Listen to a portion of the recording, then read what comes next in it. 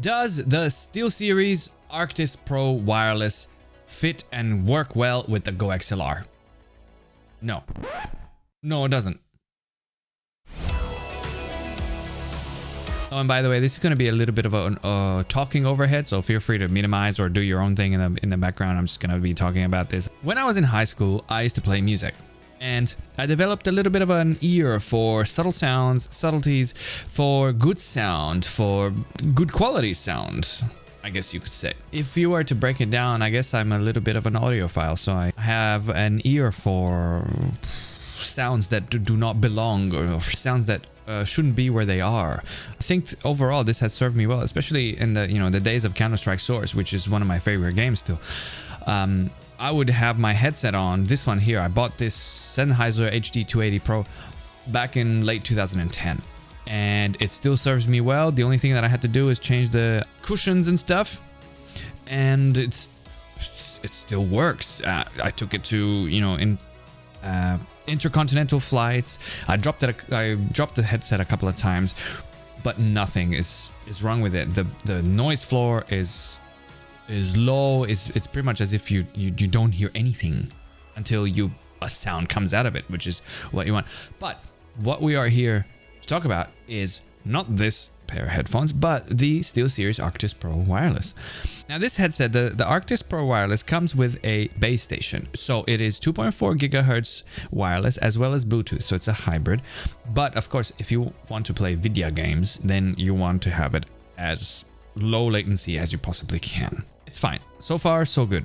I ordered my pair of headphones and they arrived because I was so excited. I was like, oh my God, I've heard so many good things about this pair of headphones. I can't wait to join it with the GoXLR. I can't wait to just play wirelessly, right? Get rid of this stupid cord and I can just frickin' play in my frickin' games here. Jesus Christ. Well, so I thought, because you cannot beat wireless.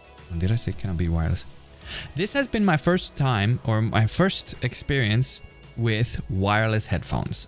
I said, okay, let me have a look. I'm going to browse the internet and look at all of the reviews and go through all the headphones that are available, which are wireless, and then go from there, choose the one that is the best. I looked on paper and SteelSeries Arctis Pro Wireless looks the best. They have a spare battery so that you have, 10 hours worth of battery time wireless before you have to flip it over or switch it over. And that is just as simple as taking the little magnetic shroud off, taking the battery out, putting the new one on, and then your old battery, as it were, you put it back into your base station and you're off to the races, right? So you have constant use of your headphones. That is a really solid feature. What I thought is that from what I've read online, on paper, SteelSeries Arctis Pro Wireless gaming headset is the best because you have the functionality of dual battery. You never run out of charge. You can play constantly. They are comfortable. They have the microphone that's also built in, and you can just extract it and take it out. It's not applicable in my case, obviously, but I was just going to have it there muted. But I was after the sound quality. And for 549 Australian dollars, which is a lot, you expect the best of the best. Well, let me tell you why it's not the best of the best. And I was really disappointed. I actually returned my pair of headphones within the 24 hours from the online store that I bought it from. And that's exactly why I don't have them here with me to sort of showcase them and to tell you all about them and things like that. So what it is, you get your base station, you get your headphones, you get all the necessary cables, including the infrared fiber optic cable that you can connect to your console, right? Which is great. You get all these things. So you get the base station, you get the headphones, you get the cables, you get the fiber optic cable for your console.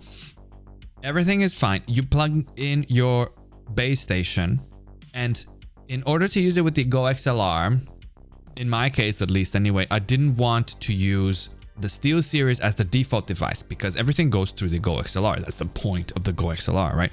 So you have all your mixer channels and all your effects and things like that. And then the SteelSeries is meant to be, or the headphone is meant to be just plugged into the 3.5mm headphone out.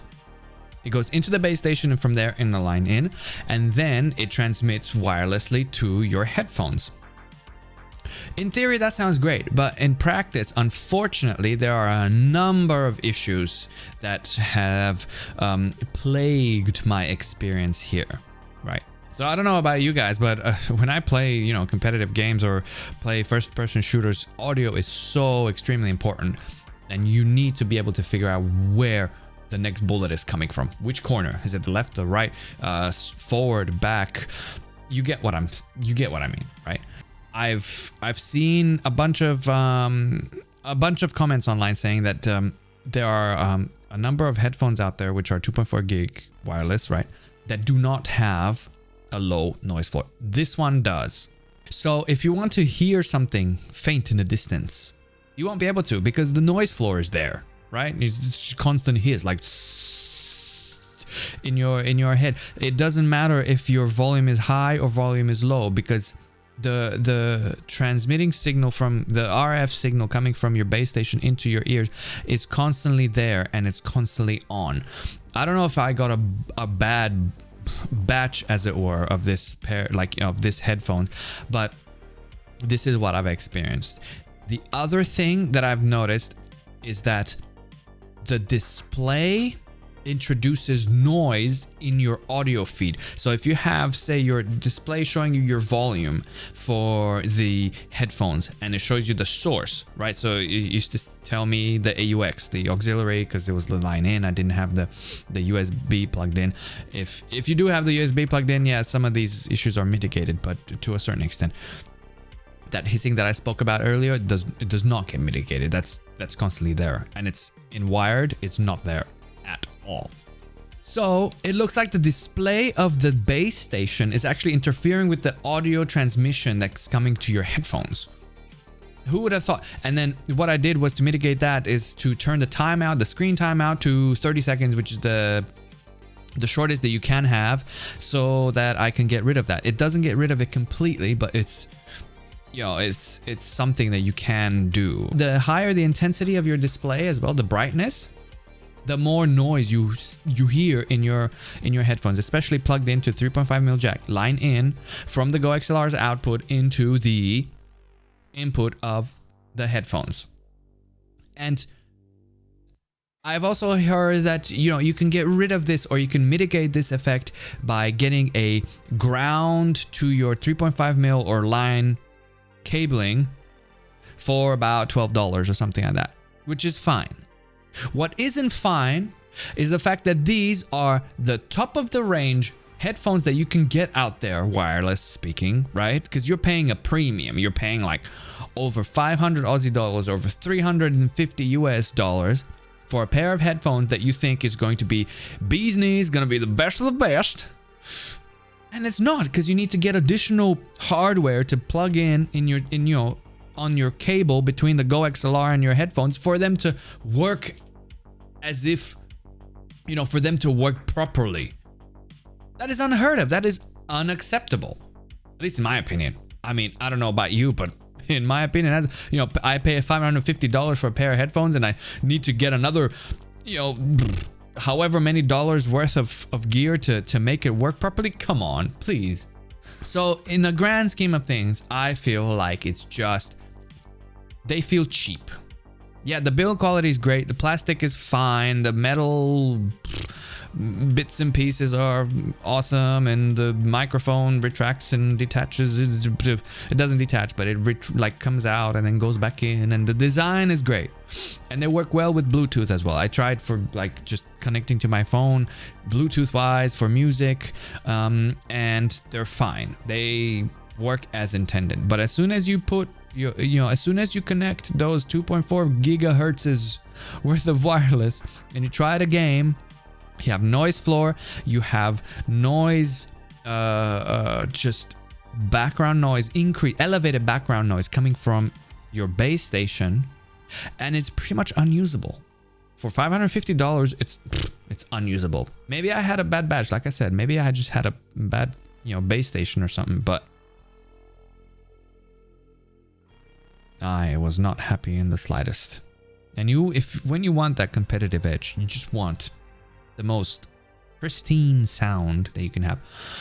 The other thing that I want to mention is that the cushioning and the ear pads are not ideal when it comes to shielding against background noise. So it doesn't have noise cancelling, and if you do have a couple of noises going on in the background, it will not suppress them as good as other headphones out there.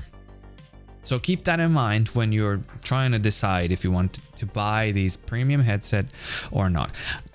To be honest, in my opinion, in light of the fact that these H280 Pros by Sennheiser I bought in late 2010 for $150.